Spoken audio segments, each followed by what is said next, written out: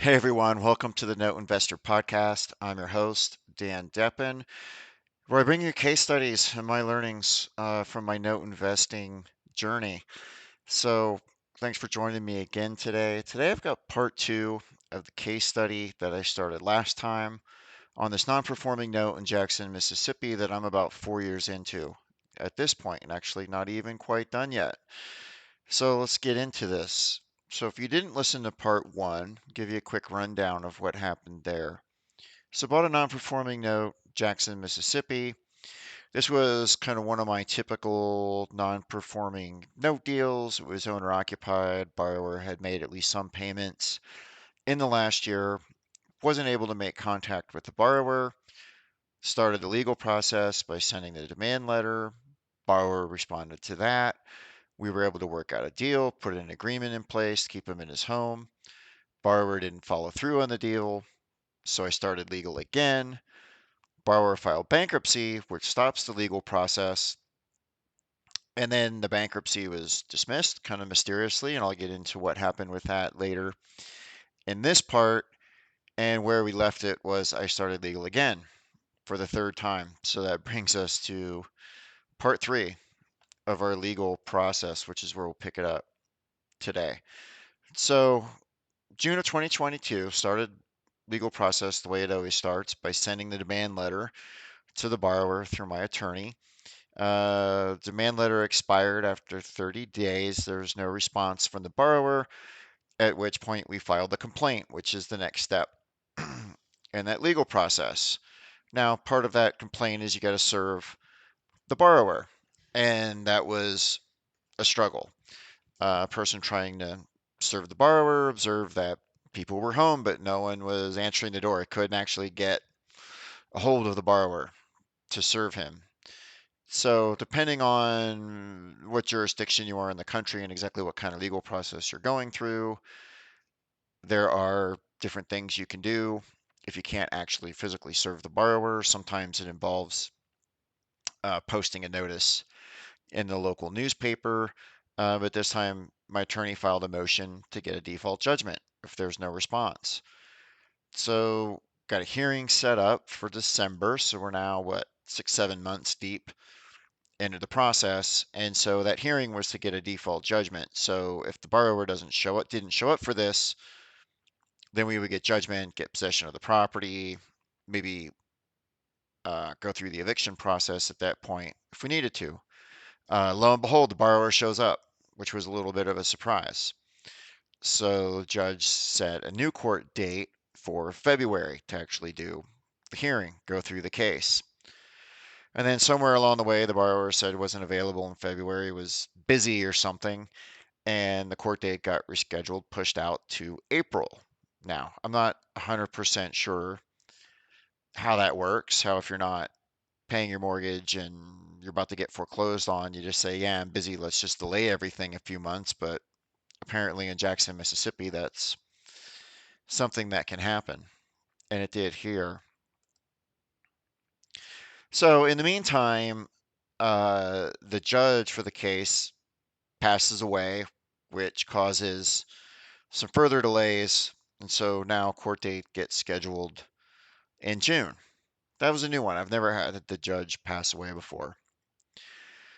So finally in June, court date happens, and there's a new judge that my attorney says is not lender friendly at all.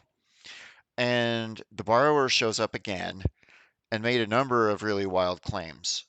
So he claimed that he had already paid off the loan. And then he also made a claim that the loan was restructured and the balance was reduced down to $6,000 and that he had paid that off, which was, of course, not true at all. And the thing that was really weird about this hearing, I didn't even know something like this was possible, but because the borrower had been in bankruptcy, he acknowledged the debt, and the judge didn't allow that, basically ignored it, which is really wild. So essentially, you lose the case, which I've never actually lost one of these before. So my attorney went back, to the drawing board. And when I talked to my attorney after this, I was not at this hearing. He was really perplexed at what happened. And the motion he filed, I believe, claimed it was like a miscarriage of justice or travesty of justice, something like that. Basically says like this does not make any sense. What happened? So his motion was successful and got a trial scheduled for now September. Um, so now we're what? We're really deep into this and into this legal process, which should be fairly straightforward. I mean, typically, this process on a land contract in Mississippi should take a couple months, not getting into well over a year. And because the last court case went so sideways, and because the borrower is making so many claims just out of left field, he spewed so much crazy that he basically kind of befuddled the judge. Attorney really asked if I could attend in person. Now, I've never actually attended in person for a court date before. I have done, I think, one of them over Zoom during COVID, and one that was in Michigan, mainly because that was easier. But because we lost it, I was looking at the potential of getting zeroed out on this deal. I said, yeah, I'll do what I need to do to attend in person. Now, Jackson, Mississippi is not that huge of a town. The airport's small. I looked, there were no direct flights from Denver, where I live. And so to get there, I had to connect through Houston. So this trial was on a Wednesday, I think. So I, flew out on like a Tuesday night after work, connected through Houston. And so by the time I got through to Jackson and got a rental car, got to my hotel, it was like nearly midnight. And then actually on the way back, I had to fly through from Jackson to Atlanta and then back out to Denver. So this is a really inconvenient spot to get to, not straightforward at all. Nonetheless, make my way to Jackson and meet with the attorney the morning of the court case and filled me in on some other details that actually I hadn't been aware of that he had learned at the last hearing. So Barr was actually a traveling nurse, splitting a lot of time between Louisiana and Mississippi. And I found that really interesting because traveling nurses make a lot of money, and this was not a very expensive payment, so that's pretty annoying. This is definitely not a case of the borrower having some kind of a hardship. This is a borrower just choosing not to pay and then showing up the court and making up a bunch of stuff. And then he also said the borrower would receive some sort of settlement or payout, big payout for something, not sure what. And that was why he dismissed the bankruptcy, right? So when he was in bankruptcy, he had some kind of cash windfall, and so he had to dismiss the bankruptcy himself to get that money. So very interesting that the borrower is not only a traveling nurse, but a traveling nurse who received some kind of big windfall. So the dude's got plenty of money. He's just choosing not to pay. It's quite the piece of work. So I get to court again, and the whole process, and I didn't know how this was going to go. I had never done this. I didn't know if this was going to be like really quick. I had it in my head this was going to be really quick. Actually ended up being in court for several hours. And there was another case that had to go first. That was kind of interesting to listen to. It was this lawsuit between a plumber and a homeowner where the plumber came in and dug up a bunch of stuff, and then borrower didn't want to finish, or the homeowner didn't want to finish the work, and then there was some dispute over the bill. Honestly, I couldn't quite follow the whole thing, but it was kind of interesting. So then it gets to our case, and I get called to the stand. I've never actually been in court before. We've like taken the stand. That was kind of new one for me. And basically the attorney went through all of the paperwork with me, like chapter and verse. So went through the loan. What is this document? What does it say? Blah blah blah. And then went through the deed and the assignment to me. So what he was, and then the pay history, the forbearance agreement, and the bankruptcy paperwork. So what he was establishing is here's the original loan that the borrower took out. Here's the deed and assignment. Here's the proof that I own this loan now. I purchased it at some point. Then we went through the pay history showing that the borrower was delinquent and had not been paying. And then went through that original forbearance agreement. So back in part one, the very beginning, at one point I had an agreement in place with the borrower that the borrower didn't follow through on. And one of the paragraphs in that agreement, and one of the things you always include in these forbearance agreements is a statement where the borrower acknowledges the debt, right? So part of that agreement, the borrower is saying, yes, I understand that I owe this and that I'm delinquent. So that's very important to have in there. So we went through that and then went through the borrower's bankruptcy paperwork where the borrower had signed and acknowledged as part of his bankruptcy, yes, I have this debt. And then we had filed our proof of claim saying, yeah, we're the owners of this debt. So the stuff is all pretty, cut and dry, and open and shut, really, at least from my non-legal perspective. So there were some more questions. So the borrower got to question me, which was kind of interesting, and he brought up this one email I had sent to him. So back when we had that forbearance agreement in place, at one point we put an agreement in place, and he sent in like a $400 payment that the loan servicer didn't accept. And the reason the loan servicer didn't accept that payment is because the legal process was going on. So one of the things you do when you start the legal process, you tell your loan servicer that, hey, the legal process is going on. Do not accept any payments short of a full reinstatement. So if you have the legal process going on and say the borrower owes you it's $5,000 to reinstate the loan, if you accept a couple $100 payment, that potentially means you need to restart the legal process. So because of the timing of this, um, borrower sent in a payment. We had an agreement in place. Borrower sent in a payment, and the loan servicer hadn't removed that hold yet. And so I told the borrower in the email, oh, they shouldn't have done that. I'll connect with them and make sure they remove the hold and accept the payment. That's all it was. Pretty basic stuff. He kind of tried to portray it as the loan servicer was messing up and not accepting payments that they should have, that he was making payments, and that's the whole reason he's behind. And so I pretty plainly just went through, like, really succinctly, actually more than I just did now with you, to the judge of here's what was going on. Here's why the loan servicer didn't accept that payment. And then I told them to accept the payment, and then they did, and we trucked along. So I shot that down pretty easily. And then the judge had questions about what the columns in the Allied pay history meant. Now, Allied's the loan servicer I'm using for this loan.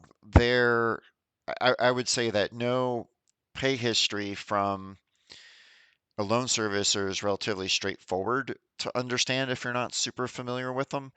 Allieds are particularly cryptic. They have some abbreviations and some columns that are a little bit non-standard and hard to figure out. So the borrower had me going through this, explaining what all of these things meant. And I was very proud of myself that I actually explained all of these. 'Cause I'll tell you what, like 2 years ago, I would not have been able to do that. This was definitely doing things in hard mode, but I was successfully able to explain everything to the judge, like what that meant and the history of the loan and all of that stuff. And so we were in good shape. The borrower also took the stand, and my attorney basically went through the same drill with him that he went through with me.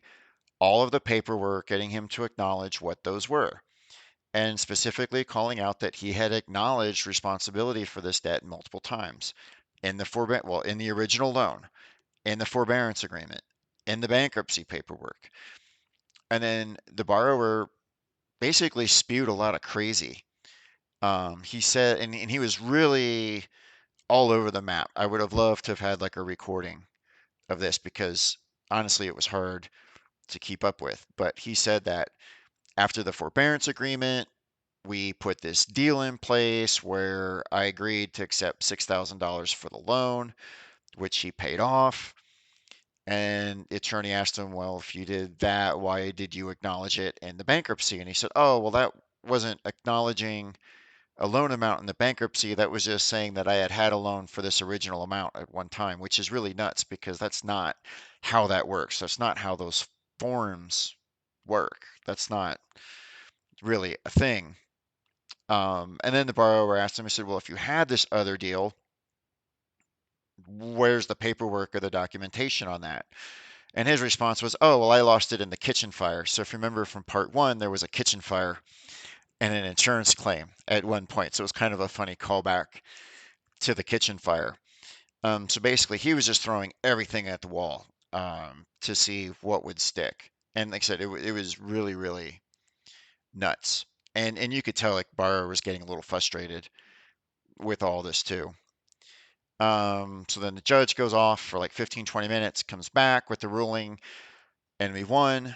Thank God. I mean, I don't know how we could not have won, but then again, I don't know how we could not have won in the previous go round where we didn't, right? So you just never know what the heck is going to happen.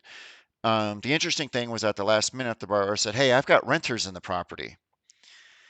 So that's interesting because if he's got renters in the property, that means what he's doing is rent skimming, right? So that means if you watch The Big Short, there were people who did this, where you're basically you have a mortgage, you're not paying, but then you've got renters in the property and you're collecting rent. So you're collecting rent on one hand and not paying the mortgage on the other.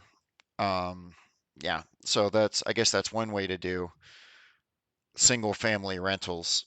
So continue this in part three. As I record this, this is actually ongoing. So the next steps will be to figure out who's actually in the property. Are they legit renters, right? If they're legit renters, maybe you could just keep them in there as rentals. That might actually be nice for me as an investor, right? I might just be able to get cash flow because whatever they're paying in rent, the rental rates are higher than the rates on the mortgage, and then they wouldn't be paying down principal. That could be potentially sweet. If he doesn't have renters, or if he's renting to his, cousin or buddy or whatever, then probably going to have to go through the eviction process, which will be another eviction, another legal process. And then when you eventually get the property back, deal with the REO, see what the condition is and what to do. So lots more to come on this. Stay tuned. It's probably going to be a little while till they get to part three because this is ongoing.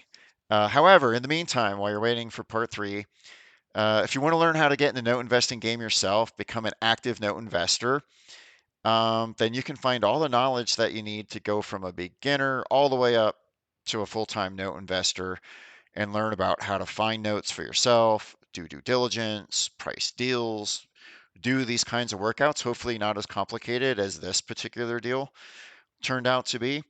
Go to my website, go to fusionnotes.com/courses. You can also find the link in the description here, and you'll be able to get started right away. So that's what I've got for you today. Hope you found that interesting. I know I definitely have, and I will see you next time. Thanks for listening.